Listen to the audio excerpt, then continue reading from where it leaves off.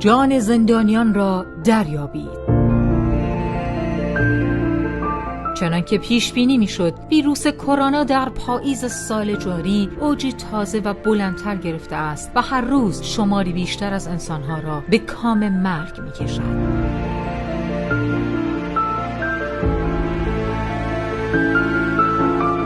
از دلایل این اوج دوباره و کشتار روزافزون، پنهانکاری، سهلنگاری و انفعال دستاندرکاران در آغاز و جریان شیوع ویروس بوده است. در نتیجه بی‌اعتمادی به سلامت و جان مردم اکنون، بنابر آمار رسمی آشکارا تقلیل‌گرایانه، در هر 3 دقیقه یک انسان بر اثر ابتلا به کرونا جان خود را از دست می‌دهند و خانواده‌های عزادار می‌شوند. ای بسا که در هفته‌های آتی این بازه زمانی مرگ به کمتر از 1 دقیقه کاهش یابد.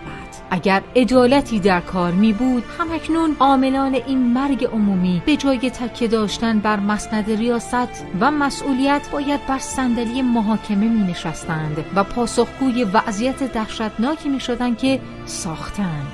اینک خطر به همه شهرهای ایران گسترش یافته است و جان میلیون‌ها تن را به طور جدی تهدید می‌کند. زندان و زندانیان به عنوان بخشی از جامعه از این همه مستثنا نیستند، بسا که در وضعیتی تهدیدآمیزتر و در سایه خطری جدی‌تر به سر می‌برند.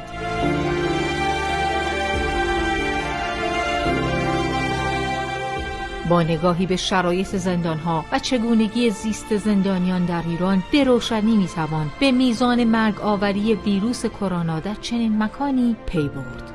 فضایی محدود و انبوهی از زندانیان بی آنکه از امکانات بهداشتی پیشگیرانه و رعایت فاصله اجتماعی برخوردار باشند، به هیچ اختیاری برای مراقبت از خود زیر فشارهای گوناگون روانی از جمله نگرانی از سلامتی عزیزانشان در بیرون از زندان.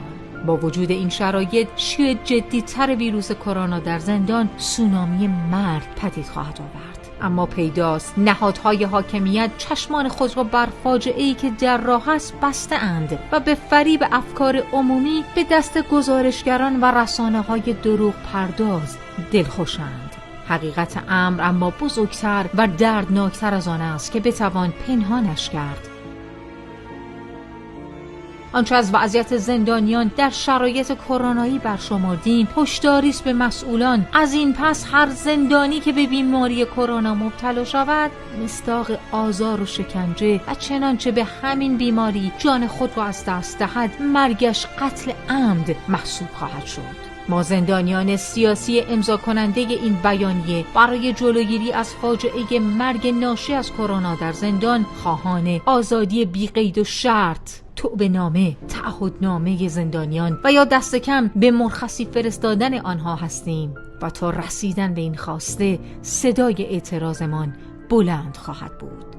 زندان اوین، بند 8، پنجشنبه 6 آذر ماه 1399.